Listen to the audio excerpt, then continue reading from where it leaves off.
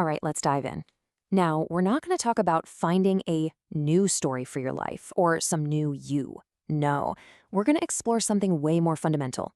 What happens when the storyteller itself, that constant voice in your head that's always defining who you are, what happens when it just goes silent? I mean, really think about that for a second. You know that voice, right? The one that's always running in the background, analyzing, judging, narrating every single little thing you do. Imagine if, one day, poof, it just stopped. What would that even be like? Well, there's actually a name for this whole thing. It's called recursive self-narrative. Kind of sounds technical, but it's really just that voice we were talking about, the one that's always looping, always checking in on itself, constantly building and rebuilding the story of me. And that's exactly what we're digging into today. So, for the person whose story we're following here, this whole journey began in a place that, well, I think a lot of us can relate to. A really, really noisy inner world. That was just the baseline, the everyday normal. So before any of this started, their mind was basically on high alert, 24/7. We're talking continuous self-observation, always being sensitive to any little thing that felt off inside, a constant worry about what other people were thinking. There were even some mild obsessive tendencies and these weird anxieties that would pop up out of nowhere. And this last one is key: frequent social evaluation fatigue. You know that feeling? Just being absolutely drained from constantly wondering what everyone else thinks of you. It was a mind just buzzing with nonstop chatter. But here's a really crucial detail. Even with all that noise, all that internal static, there was this little part of them that kind of knew that the narrator wasn't the whole story. It's like they could hear it all happening, but they never fully bought into the idea that this is me. And that little bit of separation, that's a critical piece of this whole puzzle. So you'd think the catalyst for this massive change would be some kind of deep existential crisis, right? But nope, it was something way more physical. The biggest source of suffering at the time was actually bodily discomfort, inflammation from a high-sugar diet. The whole story playing out in their head was actually less intense than the real physical pain they were feeling. And this is where things get really interesting, because what happened next was a complete accident, an external change in routine that triggered this massive, totally unexpected internal shift. Get this, over 2,000 hours. That's how much time this person spent on long, boring, just totally monotonous highway drives between 2014 and 2020. I mean, can you imagine just staring at a straight stretch of asphalt hour after hour after hour for years? And here's what happened during all those hours on the road. The inner chatter, that recursive self-processing we talked about, it just stopped. It was like the sheer monotony of the highway starved the narrator. It had nothing new to analyze, nothing to comment on, so it just went quiet. Now, your first thought might be that that kind of silence would be scary, right? Or just empty. But the result was the complete opposite.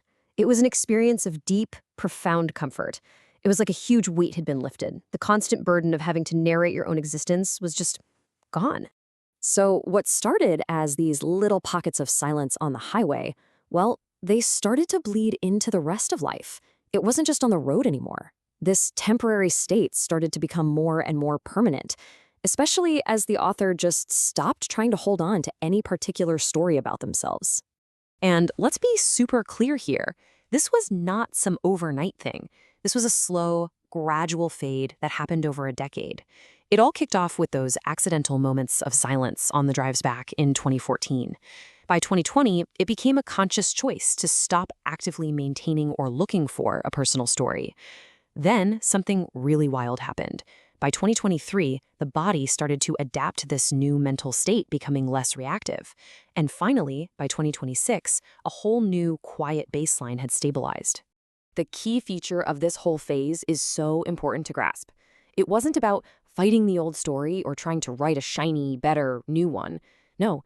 The very need for a story to be at the center of everything, it just lost its power. It wasn't the anchor anymore. It just wasn't important. Okay, so this brings us to the big question, right? What is life actually like on the other side? What does it feel like when you're not constantly living inside a story you're telling yourself? Well, here's a kind of structural summary of the final state. That inner looping, the recursion, it's really low. The emotional swings, the highs and lows, they're much less extreme. But And this is interesting. The internal coherence is high. There's a sense that things just make sense on their own without needing a story to tie them together. And maybe the most surprising part of all this? The subjective feeling isn't some big aha moment of cosmic enlightenment. It's just ordinary. So what does this ordinary actually look like in practice? Well, it's described as the clearest mental state of a lifetime. Emotions still come up, of course, but they pass through quickly, without all the endless rumination and analysis. You can still perform social roles, be an employee, a friend, whatever, but without your entire identity getting tangled up in them. Basic drives like hunger and sleep are still there, but they're not the main event.